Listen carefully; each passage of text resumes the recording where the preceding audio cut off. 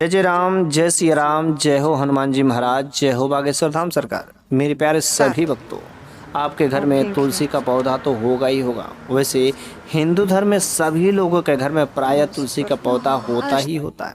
लेकिन यदि आपके घर में यह तुलसी का पौधा सूख जाता है तो आप इस तुलसी के पौधे का क्या करते हैं? जो सूखी हुई लकड़ी है उसका आखिर आप क्या करते हैं? क्या वैसे ही फेंक देते हैं या जला देते हैं या किसी पानी में फेंक देते हैं या मिट्टी में धंसा देते हैं? आखिर तुलसी का लकड़ी का क्या सही उपाय है? अगर आप इन कामों को करते हैं तो माता तुलसी का अपमान होता है, जिसके वजह से आपके जीवन में दरिद्रता ही दरिद्रता आ जाती है और आपके घर में पैसों की तंगी, आर्थिक तंगी, अनेक प्रकार के समस्याओं से आप जूझने लगते हैं।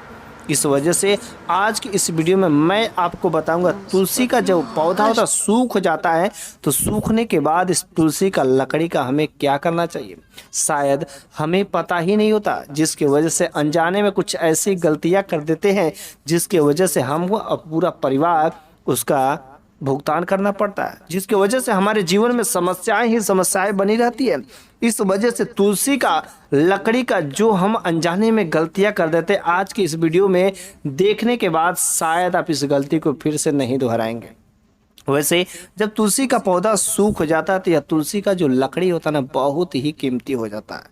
इसके यदि कीमत सोने से तौला जाए तो सोने से भी ज़्यादा कीमती हो जाता है, बहुत ही भाग्यशाली हो जाता है। यदि आप उपाय को सही तरीके से यदि आप कर लेते तो बंद किस्मत के तालों को खोल सकता है, रातों रात आपकी किस्मत को चमका देती है। लेकिन रह गई बात आखिर तुलसी का लकड़ी का कैसे उपाय करना, क्या करें कि जिससे हमारे के जीवन की जो सभी प्रकार के समस्याएं हैं सब समाप्त हो जाए और हमारे भी जीवन में सुख, समृद्धि, धन, ऐश्वर्य, मान सम्मान से सब कुछ भर जाए।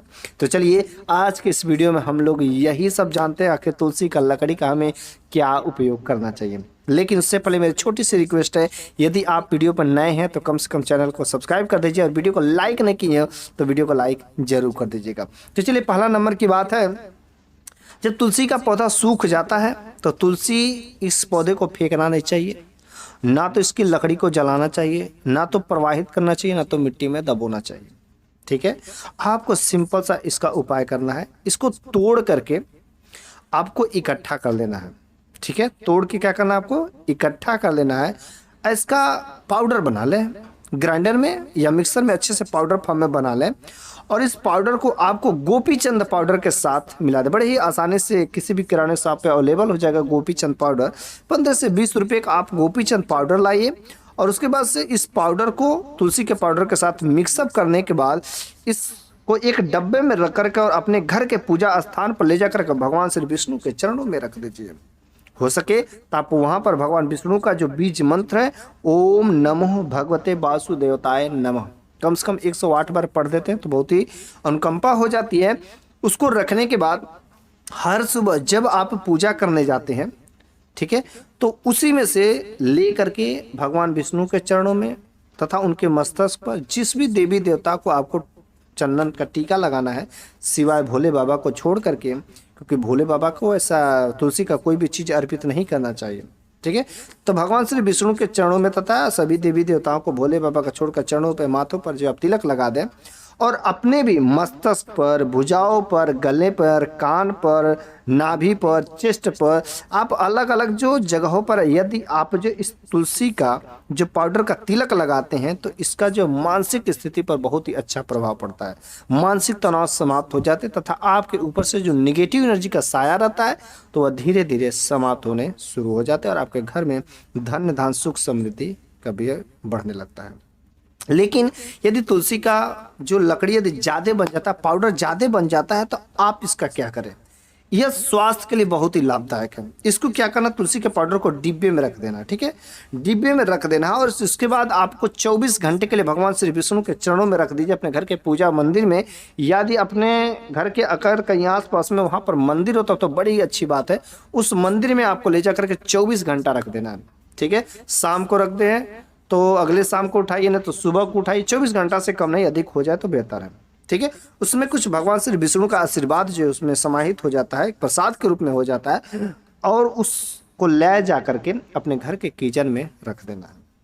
और आपके घर का कोई भी सदस्य हो जो लंबे दिनों से उसका स्वास्थ्य ठीक नहीं रहता, उसको हमेशा कुछ ना कुछ बीमारियां बनी रहती है, उसके ऊपर कोई ग्रह दोष रहते हैं, कोई पितृ दोष रहता है, किसी प्रकार का कोई दोष रहता है, तो इस तुलसी पाउडर में आपको 1 चम्मच लेना है और 1 चम्मच तुलसी पाउडर को उसके शहद के साथ, 1 चम्मच शहद के साथ जो किसी भी बीमार व्यक्ति को यदि खिला देते हैं, यदि रोज सेवन कराते हैं तो 100% उसके बीमारी में जरूर ही सुधार कुछ ना कुछ मिलेंगे, उसका स्वास्थ्य जो आने वाले समय में ठीक हो जाएगा। लेकिन इसके साथ साथ आपको दवा का भी सेवन करते रहना, क्योंकि कभी कभी होता क्या है कि दवा और दुआ दोनों काम करते हैं तभी कि स्वास्थ्य जो ठीक हो जाता है। ठीक है, दवा भी करिएगा और इसको जो तुलसी माता का, जो तुलसी का लकड़ी का जो पाउडर का उपाय, इस अचूक उपाय को भी करिएगा। यकीन मानिए कि आपके ऊपर कोई निगेटिव एनर्जी का साया रहेगा तो उस निगेटिव एनर्जी का छुटकारा हो जाएगा और दवा काम कर जाएगी और आपका स्वास्थ्य जो है ठीक हो जाएगा। अगला नंबर की बात है, जो तुलसी का लकड़ी होता है ना, इसको सबसे ज़्यादा प्रयोग किया जाता है धन दौलत के लिए। इसका कुछ तांत्रिक उपाय किया जाता है धन दौलत के लिए। आपके धन की समस्या, पैसों की तंगी, पैसों की कमी रहती है, आप इस तुलसी का लकड़ी का अचूक उपाय कर लीजिएगा। बहुत ही खतरनाक तांत्रिक उपाय है, बहुत सारे लोग इसके उपाय को करते हैं। ठीक है, सिंपल सा उपाय, बहुत सरल उपाय। 7 छोटे छोटे इस तुलसी का लकड़ी को लेना है, ज़्यादा नहीं लेना, 7 छोटे छोटे लकड़ियों को, उस लकड़ी को मूली धागा से बांध लीजिए। मूली धागा से बांधने के बाद आपको इस तुलसी के लकड़ी को आपको गाय के घी में डुबो देना है अच्छे से। गाय के घी में डुबोने के बाद आपको भगवान श्री विष्णु के चरणों पर ले जा करके, भगवान श्री विष्णु के चरणों में, अपने घर के पूजा मंदिर में मिट्टी के दीपक में आप इसे प्रज्वलित कर दीजिए। भगवान श्री विष्णु के बीज मंत्रों को उच्चारण करते हुए उसके साथ में कम से कम 108 बार बीज मंत्र का उच्चारण करिए और यहाँ से जो धुआं निकलता है, इस धुआं को अपने घर भर में भी दिखा दीजिए, जो स्मोक निकलता है। यकीन मानिए इस काम को यदि आप गुरुवार के दिन करते हैं तो 5 से 7 गुरुवार जाते जाते आपके घर में धन दौलत आने के सभी प्रकार के रास्ते खुल जाएंगे और आपके जीवन में कभी भी पैसों की तंगी नहीं हो सकती, पैसों की कमी नहीं हो सकती है।